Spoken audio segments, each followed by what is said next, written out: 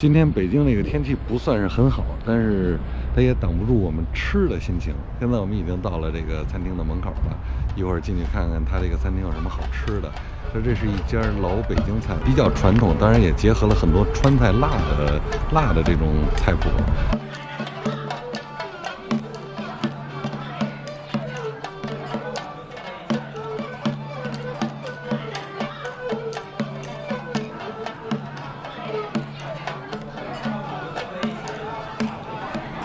这小大梨汤是老北京的汤品，这里边有雪花梨、银耳、冰糖、枸杞、话梅这些东西，它熬出来以后非常的稠，非常稠。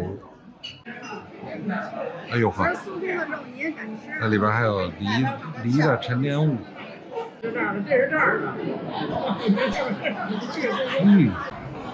烙饼卷带鱼，老北京的传统美食。要说啊，这带鱼有那么多刺儿，它怎么能和烙饼卷在一块儿呢？哎，这就是这道菜的特点。这个带鱼呢，这个鱼段不一定要多宽，它窄一点那就更好了。经过这个高温的烹制以后，让那个带鱼的鱼刺变得非常的酥，它能够和肉融在一起。烙饼的这个火候呢也非常重要，烙饼的火候不能大也不能小，因为又得让它熟透，又要保持水分。像我现在把带鱼就放到这个烙饼里边，加上一些葱，葱是必须的，这一定要加葱。对，它这饼也不错，跟这也难热。好喝。水煮牛肉是我最喜欢的一道川菜之一，它的特点呢是麻辣香结合在一起，而且牛肉片非常的嫩，同时呢伴着一种麻椒的麻味儿，会让你非常的开心吃起来。而且这道菜有一个特点，就是它不经过油炒，它是用水来烹制的，所以呢它就会让牛肉呢有一种很滑、很软、很嫩的感觉。这肉片看着够嫩的，看着够嫩的。晾会儿吧。特别的麻。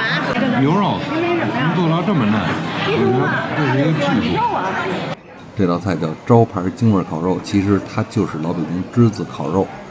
你看它这个托盘，就是栀子烤肉的一个标志。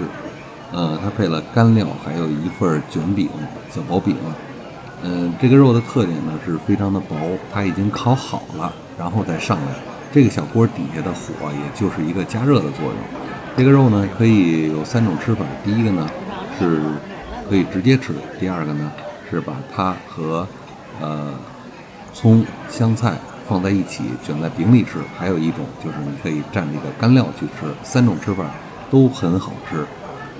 这里边的灵魂就是葱和香菜，一定要和肉在一起，它的味儿才是最足的。春笋炒口蘑，这是一道地道的养生菜，它是春笋和白蘑菇配在一起。春笋里边呢，它有很多的植物纤维，对身体是有好处的。白蘑菇呢，里边含有大量的维生素 D， 据说是可以防止骨质疏松。这个菜呢，吃在嘴里的感觉呢是很清淡，竹笋的味儿呢很鲜。虽然它有这种比较浓的酱汁儿，但是不影响它的本身的味道。醋溜木须是老北京的一道清真菜，主要食材是牛肉或者羊肉。它的特点呢是吃的时候，你牛肉或者羊肉的肉片非常的滑，非常嫩，鸡蛋呢，又是非常的蓬松，总体的口感呢是咸酸为主。如果你要是来北京玩，这些菜都是值得你去尝试的。1、2、3、4，我们一共4个人点了1份、2份、3份、4份、5份，4个人点了5个菜，而且都是大肉菜，无肉不欢。全都吃完了，这个干净。结账在这儿，账房。看老北京那个账房。